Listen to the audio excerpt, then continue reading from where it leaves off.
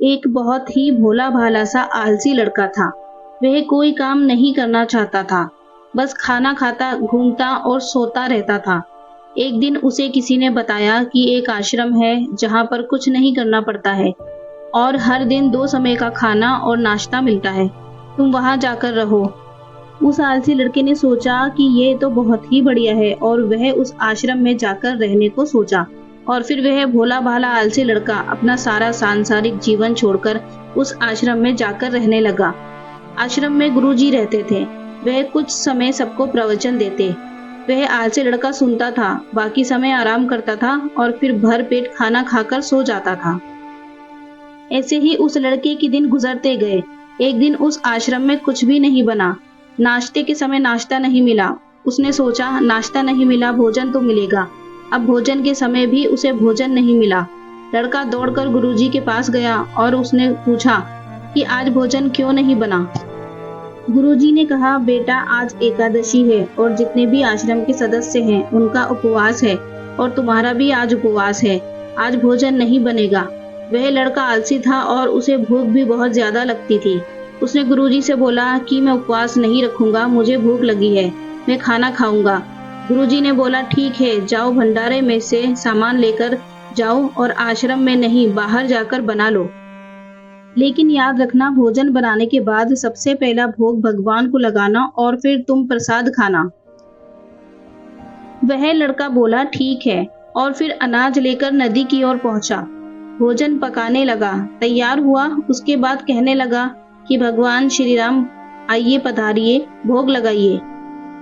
अब जब उसे लगा कि भगवान तो आ नहीं रहे हैं, तो फिर कहने लगा कि मुझे मालूम है आपको तो अच्छा खाने की आदत है, मैं बना नहीं पाया और मुझे अच्छा भोजन बनाना भी नहीं आता, लेकिन जो भी रूखा सूखा बना है आकर खा लीजिए। भगवान श्री राम उसकी सरलता पर बहुत ही प्रसन्न हुए और उस लड़के को दर्शन दे दिए। उसने देखा कि भगवान श्री राम आए हुए हैं और उनके साथ में माता सीता भी आई हुई है। लेकिन लड़के ने सिर्फ 2 लोगों के लिए ही भोजन बनाया था, एक अपने लिए और दूसरा भगवान के लिए। और अब क्योंकि भगवान के साथ माता सीता भी आई हुई थी, तो उसने उस भोजन को माता सीता और भगवान के सामने ग्रहण करने के लिए रख दिया। भगवान श्री राम और माता सीता ने भोजन किया और उसके बाद जब वह जाने लगे तो ये भोला सा आलसी लड़का बोला कि प्रभु आप आए, दर्शन दिए, बहुत अच्छा लगा। मुझे खाने को कुछ नहीं मिला, लेकिन कोई बात नहीं। लेकिन आपसे एक विनती है कि अगली बार जब आप आएंगे तो कितने लोग आएंगे ये बता दीजिए, ताकि मैं उतने लोगों के लिए भोजन बनाकर रखूंगा। और भगवान श्री राम मन ही मन मुस्कुराए और फिर अंतर ध्यान हो गए। लड़का आश्रम में गया। दिन बीतते गए और फिर एकादशी का दिन आया और इस बार उसने 3-4 लोगों के लिए अनाज ले करके खाना बनाया। नदी के किनारे पहुंचा और उसने बड़ी प्रसन्नता से भोजन बनाया और इंतजार करने लगा कि प्रभु आइए और भोग लगाइए। इस बार लड़का देखता है कि भगवान श्री राम पूरा राम दरबार लेकर आए हैं, जैसे माता सीता, लक्ष्मण, भरत, हनुमान जी और सभी लोग आए हैं। लड़के ने 3-4 लोगों का भोजन बनाया था और इस बार भी भोजन कम पड़ गया। लड़के ने निराश होकर भोजन को प्रभु के आगे रख दिया। उन्होंने भोजन किया और फिर चले गए और इस बार भी लड़का फिर से भूखा रह गया। अब लड़का फिर आश्रम में गया। दिन बीतते गए और फिर एकादशी का दिन आया और इस बार गुरुजी से कहने लगा कि गुरुजी मुझे इस बार थोड़ा ज्यादा अनाज चाहिए। गुरुजी सोचने लगे कि यह कितना सारा अनाज का करता क्या है, कहीं इसे बेचता तो नहीं। फिर उन्होंने कहा, ठीक है, भूख से परेशान रहता है। लड़के ने कहा कि नहीं गुरुजी, मैं भूख से परेशान नहीं रहता हूँ, प्रभु के साथ बहुत लोग आते हैं, उनको भी तो भोजन कराना पड़ता है। गुरुजी को लगा कि लड़का पागल हो गया है, लेकिन गुरुजी ने सोचा कि चलो एक बार चलकर देखते हैं कि लड़का इस अनाज का करता क्या है। वह भोला सा लड़का अनाज लेकर के नदी के किनारे पहुंचा और इस बार भोजन बनाया नहीं। उसने सोचा कि प्रभु हर बार ज्यादा लोगों को लेकर आते हैं, इस बार वह जितने भी आएंगे खुद बना करके भोग लगा लेंगे। और फिर प्रेम से प्रभु को बुलाने लगा। गुरुजी ये सब छुपकर देख रहे थे कि ये भोजन तो बनाया नहीं और प्रभु को बुला रहा है।